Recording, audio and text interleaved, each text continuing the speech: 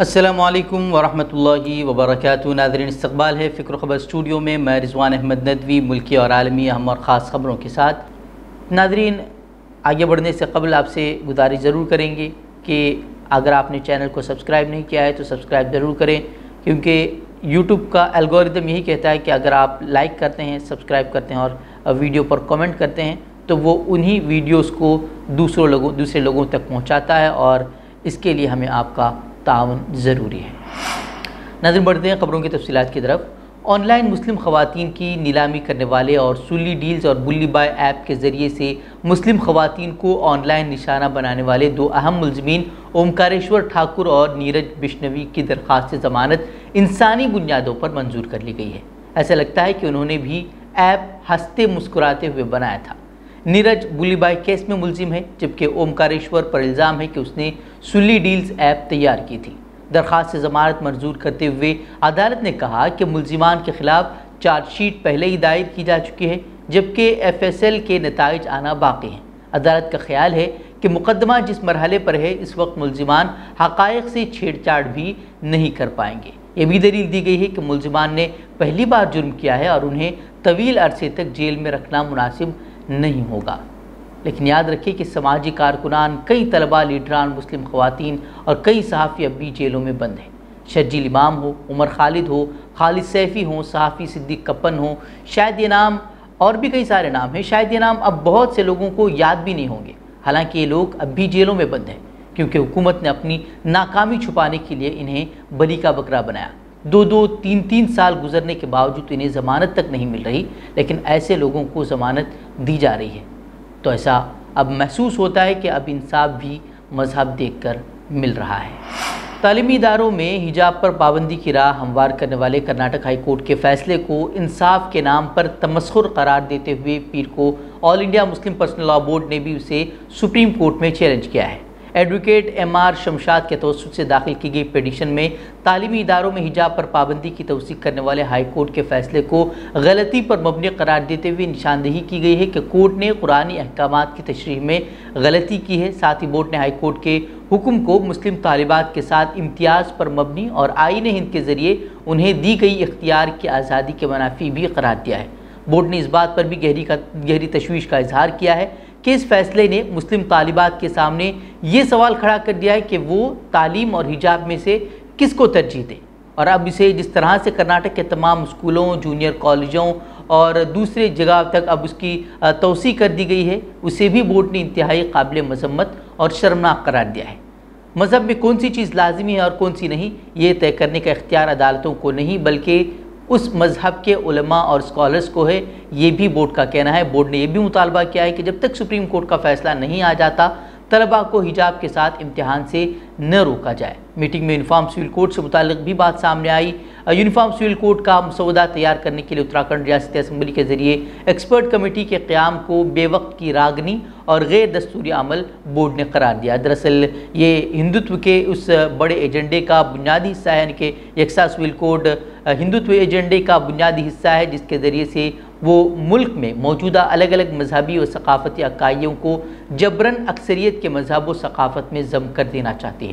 مجلس عاملہ کا احساس ہے کہ کثرت میں وحدت ہی بھارت کی اصل طاقت اور پہچان ہے، اور اس کو ختم کرنے کی بالواسطہ یا براہ راست ہر کوشش ملک میں انتشار اور بدامنی کو ہی ہوا دے گی۔ وہیں کرناٹک میں جس طرح سے مسلمانوں کو نشانہ بنایا جا رہا ہے، اب بی جے پی کے کچھ رہنما بھی اپنی حکومت کے خلاف بول پڑے ہیں۔ ایچ وشوناتھن نے بھی گزشتہ دنوں حکومت کے رویے پر سخت ناراضگی کا اظہار کیا تھا۔ اب ایک اور بی جے پی رہنما انل بیناکے نے بھی اس پر شدید ردعمل کا اظہار کیا ہے۔ انہوں نے کہا کہ یہ غلط ہے کہ اب حکومت یہ طے کرے کہ کون کس سے اور کہاں سے خریداری کرے گا۔ انہوں نے کہا کہ آئین سب کو یکساں موقع فراہم کرتا ہے۔ بتا دیں کہ میلوں کے دوران ہندوتو تنظیموں کی جانب سے غیر ہندوؤں کو کاروبار کی اجازت نہ دینے کے پوسٹر لگوائے جانے کے بعد سے یہ معاملہ گرمایا ہوا ہے، اور حکومت بھی کرناٹک کو فرقہ وارانہ خطوط پر تقسیم کرنے میں برابر کا رول ادا کر رہی ہے، جس طرح کے ہم دیکھ رہے ہیں، جس طرح کے حالات کرناٹک میں دیکھے جا رہے ہیں۔ وہیں اس سے کرناٹک میں حالات مزید بگڑ رہے ہیں، اور ماہرین یہی مانتے ہیں کہ یہ تمام خرافات صرف اور صرف الیکشن کی تیاریوں کے طور پر ہے، تاکہ ہندوؤں کا ووٹ حاصل کیا جا سکے۔ عوام پر پیٹرولیم مصنوعات کی قیمتوں کی مار لگاتار جاری ہے اور آج منگل یعنی کہ 29 مارچ کو ایک مرتبہ پھر پیٹرول اور ڈیزل کی قیمتوں میں اضافہ کیا گیا ہے۔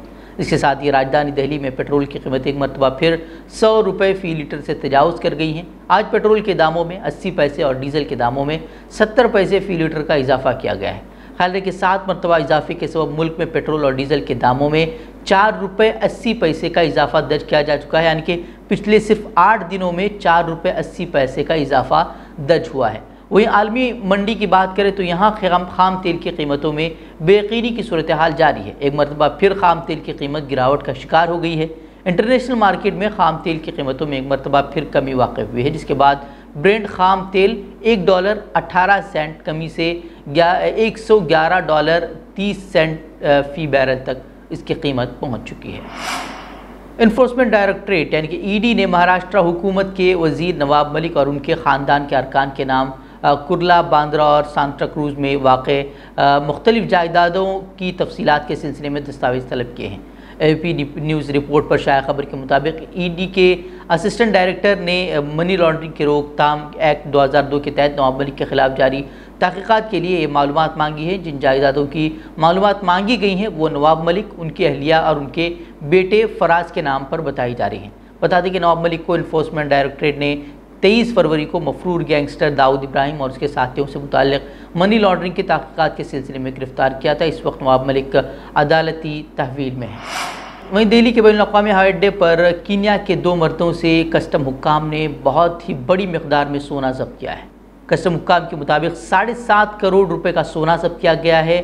ملزمان کو پیر کی صبح ادیس ابابا کے راستے نیروبی سے پہنچنے کے بعد روکا گیا تھا اور تلاشی کے نتیجے میں 19 سونے کی سلاخیں برآمد ہوئی، جن کا وزن 15.57 کلو گرام تھا، جو کہ خصوصی طور پر بنائی گئی جیبوں میں چھپائی گئی تھی۔ مسافروں میں سے ایک نے اعتراف کیا کہ وہ ماضی میں 4 سے 5 بار ہندوستان آیا تھا اور ہر موقع پر سونا لے کر گیا تھا۔ انہوں نے مزید کہا کہ دوسرا ملزم فرسٹ ٹائمر ہے۔ اہلکار نے بتایا کہ انہیں ابھی تک فی الحال گرفتار تو نہیں کیا گیا ہے کیونکہ تحقیقات جاری ہیں۔ مغربی ممالک جو انسانی حقوق کے علمبردار اپنے آپ کو کہتے ہیں، وہ کس طرح کا سلوک مسلمانوں کے ساتھ کرتے ہیں، یہ جان کر آپ کو حیرانی ہوگی۔ یوکرین پر روسی حملے کے بعد سے اس کے پڑوسی ممالک اور دیگر یورپی ریاستوں نے یوکرینی پناہ گزینوں کے لیے اپنی سرحدیں کھولتے ہوئے لاکھوں کی تعداد میں یوکرینی باشندوں کو اپنے یہاں آنے کی اجازت دی ہے۔ انہیں ضروری امدادی اشیاء فراہم کی جا رہی ہیں اور ان کے لیے بہتر پناہ گاہوں کا بندوبست بھی کیا جا رہا ہے۔ وہیں دوسری جانب افغان طالب علم ہے جس نے گزشتہ برس افغانستان میں سیاسی افراتفری پھیلنے کے بعد ہنگری میں سیاسی پناہ کی درخواست دی۔ اس کی درخواست کو نہ صرف بدپیسٹ حکام نے مسترد کیا بلکہ 6 ماہ قبل اسے ہنگری سے ملک بدر کر کے سربیا کی سرحد میں دھکیل دیا گیا۔ حسیب قاریزادہ ایک افغان طالب علم ہے۔ اس نے مشرقی یورپی ملک ہنگری میں آ کر 3 سال تعلیم حاصل کی۔ بعد ازاں اپنے آبائی ملک میں تعداد سیاسی افراتفری اور عدم استحکام کے پیش نظر اس نے ہنگری میں سیاسی پناہ کی درخواست جمع کرائی۔ قاریزادہ کو سربیا کے ایک میدان میں بالکل تنہا چھوڑ دیا گیا جہاں میلوں تک کوئی نظر نہیں آ رہا تھا۔ قاریزادہ کا کہنا ہے کہ اسے کچھ بھی علم نہیں تھا کہ وہ کہاں ہے، اسے جانا کہاں ہے اور کرنا کیا ہے۔ اس نے کہا کہ وہ ایک طالب علم تھا اور اسے ایسا لگا کہ اس کی پوری زندگی تباہ ہو گئی۔ ہنگری میں یہ ایک نہیں، اس طرح کے کئی ہلا کر رکھ دینے والی داستانیں آپ کو سننے کو ملیں گی، لیکن بات کی جاتی ہے انسانی حقوق۔ وہیں کورونا پابندیوں کے خاتمے کے بعد سعودی حکومت نے زیادہ سے زیادہ نمازیوں کے عبادت اور زیارت کی سعادت حاصل کرنے کے لیے مسجد نبوی صلی اللہ علیہ وسلم کے صحنوں میں توسیع کی ہے، جس سے مزید 20,000 نمازیوں کی گنجائش پیدا ہو گئی ہے۔ اس طرح مسجد نبوی صلی اللہ علیہ وسلم میں اب 3,26,429 نمازی عبادت کر سکیں گے۔ گورنر مدینہ منورہ نے انتظامی امور کے عہدیداروں کو تاکید کی ہے کہ رمضان کے دوران زائرین کو اعلیٰ اور معیاری خدمات فراہم کی جائیں۔ اور کہ 2020 میں کورونا وائرس کے سامنے آنے کے بعد سے خانہ کعبہ اور مسجد نبوی میں پابندی عائد ہونے کے باعث نمازیوں کی تعداد محدود تھی، تاہم اب مکمل گنجائش کے ساتھ مقدس مساجد میں عبادت کی اجازت دے دی گئی ہے۔ وہیں طالبان نے غیر ملکی میڈیا کی مقامی زبانوں میں نشریات پر پابندی عائد کر دی ہے۔ برطانوی نشریاتی ادارے BBC، امریکی نشریاتی ادارے وائس آف امریکہ اور جرمن میڈیا DW کی مقامی زبانوں میں چلنے والی نشریات کو بند کر دیا گیا ہے۔ برطانوی نشریاتی ادارے کے مطابق ادارے کی پشتو، فارسی اور ازبک زبان میں چلنے والی نشریات کو آف ایئر کرنے کا حکم دیا گیا ہے۔ افغان وزارت ثقافت کے ترجمان کا بیان میں کہنا تھا کہ وائس آف امریکہ کی ٹی وی نشریات کو افغان کلچر اور سیاسی طور پر حکومت کی پالیسیوں سے متصادم ہونے پر بند کیا گیا ہے۔ افغانستان میں اقوام متحدہ کی مشن نے غیر ملکی میڈیا کی نشریات بند ہونے کی مذمت کی ہے۔ وہیں روس اور یوکرین کے درمیان جنگ جاری ہے اور دونوں حریف میدان میں ڈٹے ہوئے ہیں۔ رپورٹ کے مطابق مارچ کو میریپول پر روسی ناکہ بندی کے آغاز کے بعد سے تقریباً 5000 افراد ہلاک ہو چکے ہیں، جبکہ مزید 1,70,000 شہری محصور ہیں۔ دریا اسنا 1.5 لاکھ افراد کو یوکرین کے بندرگاہی شہر سے نکال لیا گیا ہے۔ وہیں ایک بیان میں کہا گیا ہے کہ ہلاک ہونے والے 5000 افراد میں 210 بچے شامل ہیں۔ دریا اسنا میریپول کی 90% اونچی عمارتوں کو نقصان پہنچا ہے، جن میں سے 1560 براہ راست روسی میزائلوں، بموں یا توپ کا نشانہ بنی ہیں اور 1040 یعنی کہ 40% مکمل طور پر تباہ ہو گئی ہیں۔ ادھر روس اور یوکرین کے درمیان پیر کے روز مذاکرات دوبارہ شروع ہو چکے ہیں۔ وہیں روسی صدر نے اپنے ہم منصب زیلنسکی سے ملاقات کی تجویز مسترد کر دی ہے۔ یوکرین حکومت کا کہنا ہے کہ انہوں نے روسی اشتعال انگیزیوں کے باعث محفوظ راہداریوں سے شہریوں کے انخلا کا عمل بھی روک دیا ہے۔ تو ناظرین آج کی خبروں میں اتنا ہی، کل پھر ہوگی ملاقات مزید خبروں کے ساتھ، تب تک کے لیے اجازت دیں۔ السلام علیکم ورحمۃ اللہ وبرکاتہ۔